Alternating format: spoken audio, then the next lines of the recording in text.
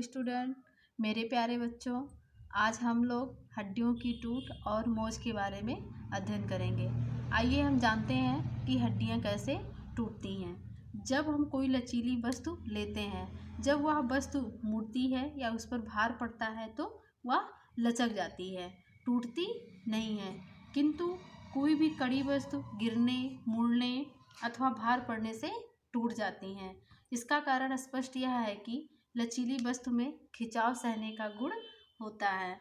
वह भार पड़ने या मुड़ने से अपनी लचक के कारण टूटती नहीं है। पर कड़ी वस्तु लचक नहीं पाती है और तुरंत टूट जाती है।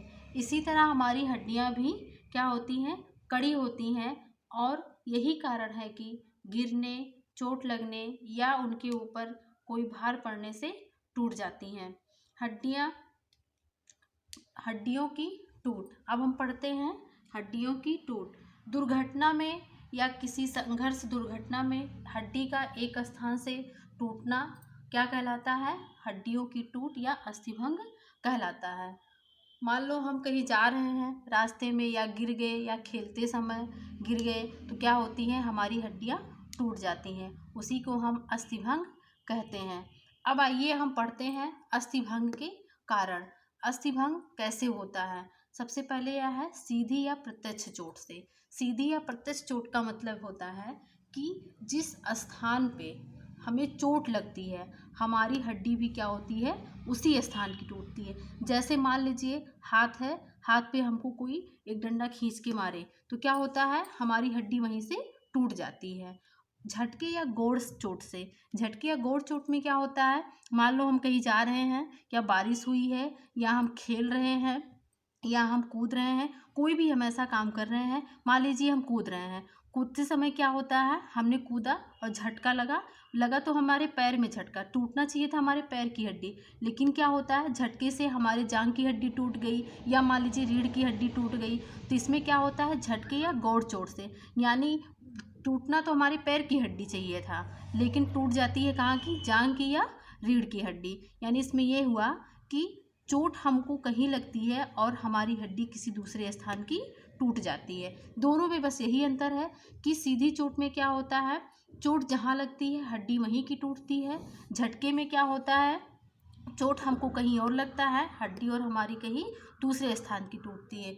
पेशियों के अधिक खिंचाव से। पेशियों के अधिक खिंचाव का मतलब ये है कि पेशियों में एक खिंचाव सहने की क्षमता जो होती है वो सीमित होती है। इससे अधिक खिंचाव होने से क्या होता है, उसे अधिक भार पड़ने से हमारी हड्डियां टूट जाती हैं। मान लीजिए जैसे हम कोई भारी वस्तु उठा रहे हैं और उठाते समय क्या होता है, उस वस्तु को हम उठा नहीं पाते हैं और उस पर हमें अधिक भार पड़ता है और वो क्या होते हैं, वहाँ की पेशियां हमारी खिंच जाती हैं, जिससे हड्डियां टूट जाती हैं। अब अस्थिभंग के चिन्ह और पहचान।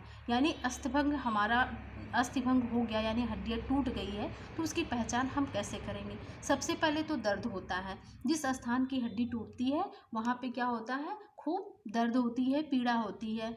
दूसरा क्या है, सूजन आ जाती है। जिस स्थान की हड्डी टूटती है उससे आसपास में स्वेलिंग हो जाती है, निष्काम होना।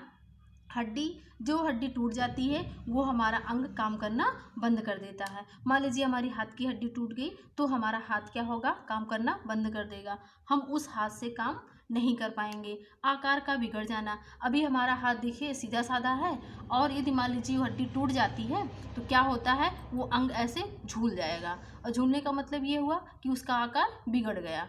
असाधारण गति। असाधारण गति का मतलब ये है कि हम जैसे पहले गति करते थे उस तरीके से हमारे हाथ पैर गति नहीं कर पाते हैं जहाँ की हड्डी टूट जाती है। जब हम उसको हिलाते हैं, डुलाते हैं तो एक निर्जीव के भांति हिलने डुलने लगता है।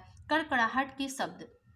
कड़कड़ाहट के शब्द का मतलब है कि जब हड्डी हमारी टूटती है, टूटे हुए स्थान को यदि हम हिलाने डुलाने की कोशिश करते हैं तो दो सिराएं जो होती हैं, हड्डियों की दोनों सिराएं आपस में क्या होती हैं, वो रगड़ खाती हैं, तो जिससे कड़कड़ाहट के शब्द आते हैं। धन्यवाद बच्चों। इसके आगे हम कल टॉपिक पढ़ेंगे।